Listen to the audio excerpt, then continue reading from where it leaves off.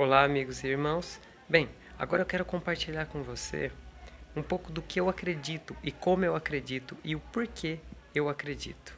E acredito que vai responder algumas questões que eu deixei na descrição do último vídeo.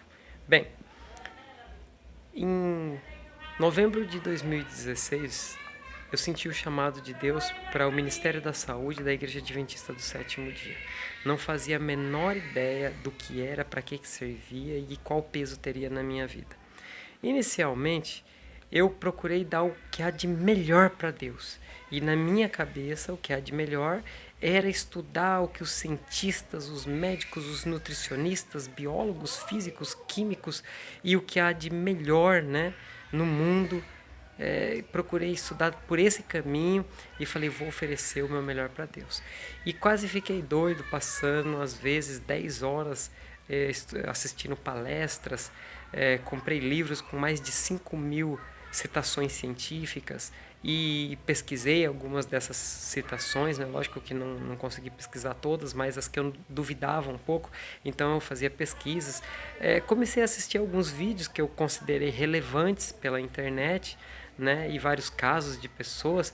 E confesso para vocês que isso me levou para um lugar horrível, porque, primeiro, as informações não batem, né? Cada um tem uma veia de raciocínio, uma teoria ali, e a base, eu não faço nem ideia qual que é a base que esse povo usa.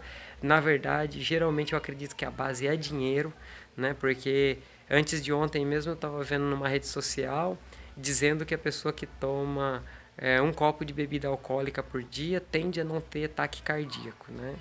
E aí depois vai ampliando, né? Uma pesquisa científica assinada por cientistas verdadeiros, tá? Não é fake news da internet, não. É assinado por cientistas verdadeiros.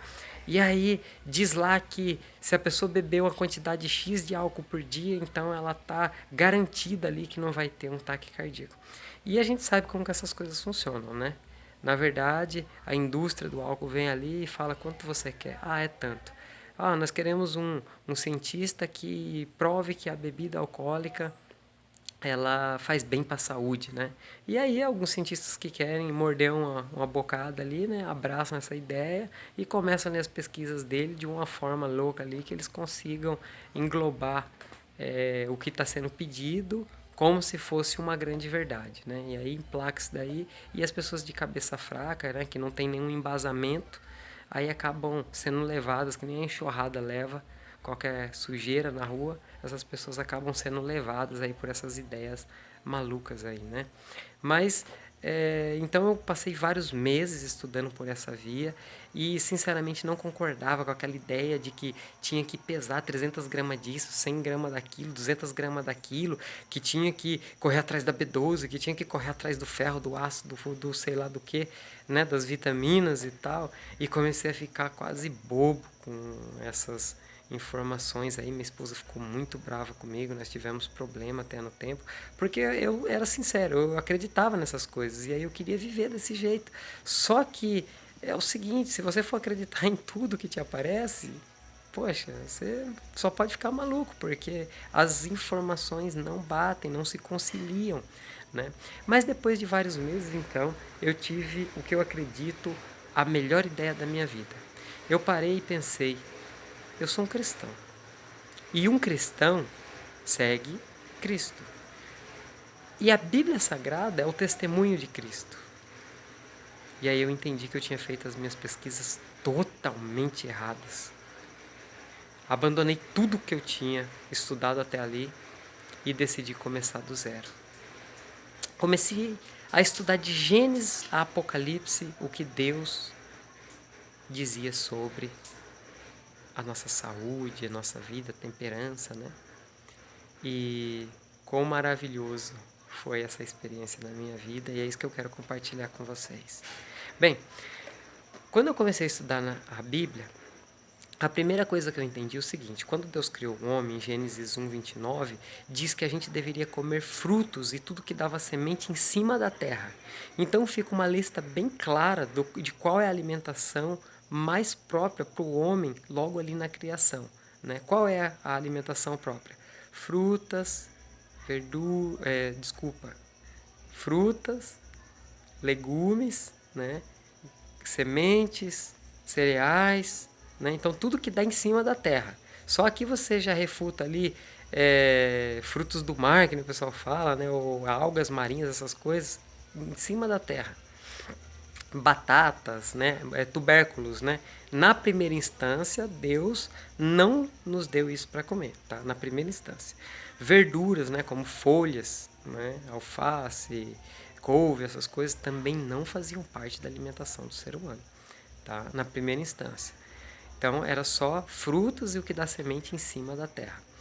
Aí, quando o homem peca, aí depois a gente vê, né, que Deus fala que a erva do campo também lhe serviria por mantimento. Deus, em sua onisciência, sabendo que a erva do campo ela é um remédio, eu acredito hoje que Deus nos deu os tubérculos e as folhas não como um alimento, mas até como um remédio, sabe? Não só como alimento, mas como um remédio para o ser humano. Porque agora você comendo essas coisas, você está preparado, né, para as inúmeras circunstâncias que seu corpo seria colocado, isso depois do pecado, né?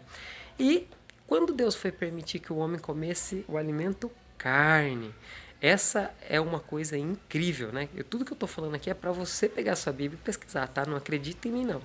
É o que eu sempre falo, nunca acredite em mim, mas eu estou te dando uma base para que você possa estudar isso à luz da Bíblia Sagrada.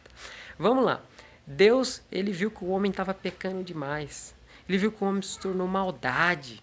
Viu que o homem amava fazer tudo errado e militava contra ele. E aí o que ele faz? Ele fala assim, não, o meu espírito não vai contender com o homem para sempre, não. Até porque antigamente a gente viu, né, que Adão viveu 930 anos, Matusalém viveu 969 anos, então o homem vivia muito naquele tempo, né? Era muito saudável, muito vital. E como que Deus diminuiu essa vitalidade dele? E o próprio Deus fala, né, não, o homem vai viver 120 anos. 120 anos era o que Deus propunha que o homem vivesse. Só que dá uma olhada num detalhe. Sabe como que Deus fez isso? Ele manda o dilúvio, né? E aí, com o dilúvio, ele fala para Noé e sua família entrar na arca. E aí ele fala assim para Noé, olha Noé, presta atenção. Vai entrar, coloca 7 pares de cada animal limpo e 1 par de cada animal imundo dentro da arca. O mundo ficou alagado por mais de 1 ano, aproximadamente ali 1 ano. Então não tinha absolutamente nenhum tipo de vegetação. E o que Noé provavelmente levou para comer, porque antes do dilúvio Noé não comia carne, tá? Ficou assustado? Então, se quiser saber mais sobre isso, você vai ter que ler o livro Patriarcas e Profetas, né? A questão sobre o dilúvio. Mas vamos lá. Então, Noé já estava ali com seus 600 anos, né? 600 e poucos anos ali e tal. Provavelmente ia viver também uns 900. Só que daí o que acontece? Com o dilúvio, acabou a vegetação total da terra.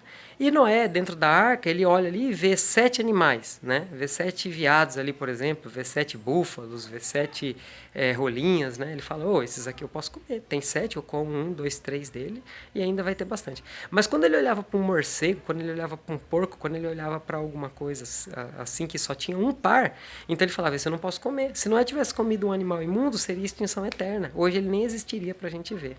Tá? Então foi ali que Deus instituiu quais são as carnes limpas e as carnes imundas. Tá?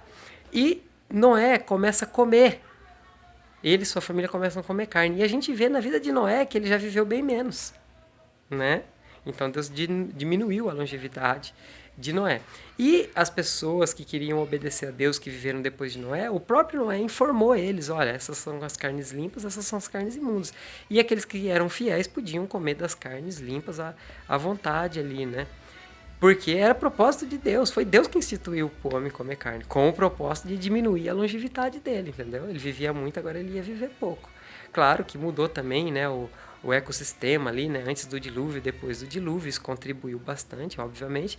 Mas olha que interessante, pesquisas arqueológicas mostram que na época que o povo de Israel era escravo lá no Egito, a longevidade era algo em torno de 50 anos de idade.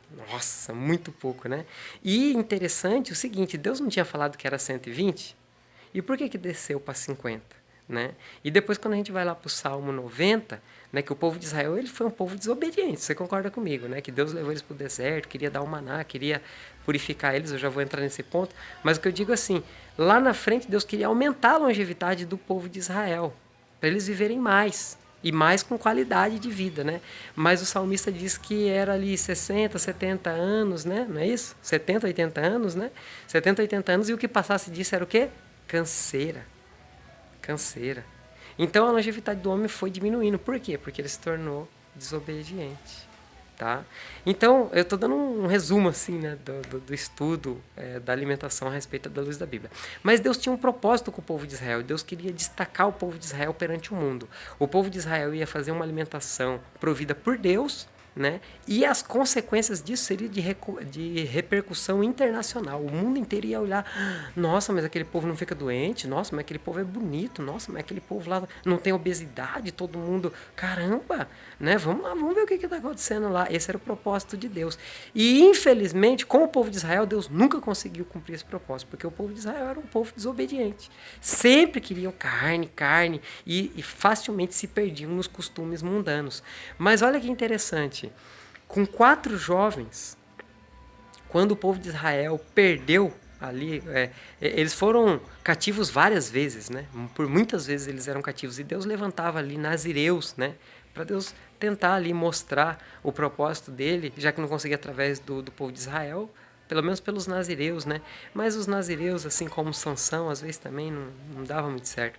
Mas esses 4 jovens, né? Daniel e seus 3 amigos, eles foram aonde Deus cumpriu o que Deus sonhava para a nação de Israel através de 4 pessoas. A nação, como nação, não deu certo, mas com 4 pessoas Deus cumpriu o propósito dele. Quando esses jovens chegam, está relatado em Daniel capítulo 1, né? Quando esses jovens chegam na Babilônia, o que acontece? Eles olham para a mesa do rei, e ali tinha coisa que eles comiam, né? Só que eles não comiam carne, eles nunca comeram carne na vida deles. Profetas e Reis, o capítulo sobre o exílio, né, do povo de Israel para a Babilônia. Você tem que ler para adquirir essa informação. E aí você vê que o que aconteceu? Eles chegam lá, olham para a mesa do rei, tinham coisas que eles comiam ali, só que a mesa era consagrada a ídolos. Então, tipo assim, das carnes imundas jamais eles comeriam, e das coisas que eles comiam, eles não iam comer porque eram consagrados a ídolos. Então eles falaram, nós não vamos nos contaminar com isso. Sem contar que nós sabemos que se eles comessem aquilo, eles aceitariam a soberania do rei sobre eles, né? Como que o rei estava sustentando eles e tal. Então eles falaram, não, faz um teste com a gente por 10 dias. E em 10 dias eles se tornaram mais fortes, essa seria a boa tradução. Eles se tornaram mais inteligentes, mais bonitos e mais fortes do que os outros que estavam ali. Mas... Então, o que acontece? Aí permitiram eles fazerem a faculdade da Babilônia, né? Com aquela dieta, né? De legumes, de sementes, verduras e água, né? Essa era a alimentação deles. E aí o que aconteceu? Passado 3 anos, eles eram, no mínimo, 10 vezes mais inteligentes, mais bonitos, mais fortes, mais espertos, mais rápidos do que qualquer um que se pudesse ter conhecimento entre os sábios da Babilônia. Não é entre qualquer civil normal, não. É entre o melhor que se podia ter. Então a gente nota que se a gente confiar em Deus, olha só até onde a gente pode chegar, né? Muito bem, com o Ministério da Saúde, na Igreja Adventista do Sétimo Dia, eu não sabia, eu participei de alguns treinamentos, né? Alguns de vocês até estavam lá junto comigo, né? Com a nossa querida irmã Mônica, lá de Piracicaba. Forte abraço para a irmã. Mas nós participamos lá dos treinamentos, e os treinamentos giram bastante em torno de ou feira de saúde, ou o que você pode fazer ali como igreja. Só que é o seguinte, eles não falam muitas vezes que o Ministério de Saúde, primeiro ele tem que ser vivido, para depois ele ser passado. Ou seja, como que você vai passar para uma coisa que você nem faz, que você nem acredita? Né? Que peso que isso vai ter na vida da pessoa? Então eu entendi que primeiro eu tinha que fazer reformas na minha vida, e tinha coisas que eu pensei que eu jamais na vida abandonaria, como era, por exemplo, o caso do chocolate, né? Confesso que eu era bem chocólatra, a ponto de acordar 3 vezes de madrugada, pegar minha moto, tirar da garagem, imagine sair da cama, tirar a moto da garagem e ir no mercado 24 horas comprar. Eu fiz isso, eu era viciado em chocolate. E eu falei, Deus, eu quero ficar 1 ano sem comer chocolate, né? E as pessoas que estavam ao meu redor davam risada. Mas eu orava, me humilhava e pedia forças para Deus, até que um belo dia eu comecei a fazer essa minha proposta louca. Eu achava que eu tinha certeza que eu não ia conseguir, mas por um milagre eu consegui. E quer ver, em novembro de 2017, né? Em novembro de 2017, fez o aniversário de 1 ano. Então, desde novembro de 2016, eu nunca mais comi chocolate na minha vida, né? Graças a Deus. Mas por que eu estou contando esse detalhe, né? Então, o que tem a ver o chocolate, né? É porque era uma coisa que me dominava, entendeu? É uma coisa que me dominava e eu sabia que eu tinha que parar com aquilo. E eu pedi forças para Deus e Deus me disse uma coisa: um passo dado para nunca voltar atrás. Um passo dado para nunca voltar atrás. E eu não sabia o que isso significava, mas logo eu compreendi que isso significava o seguinte: Deus nos dá graça para nos libertarmos daquilo que é vício, daquilo que nos acorrenta, daquilo que nos prende. E aí eu fui, passo a passo, Deus foi me libertando de várias coisas, né? Esse exemplo bobo me levou a um conhecimento de uma coisa muito mais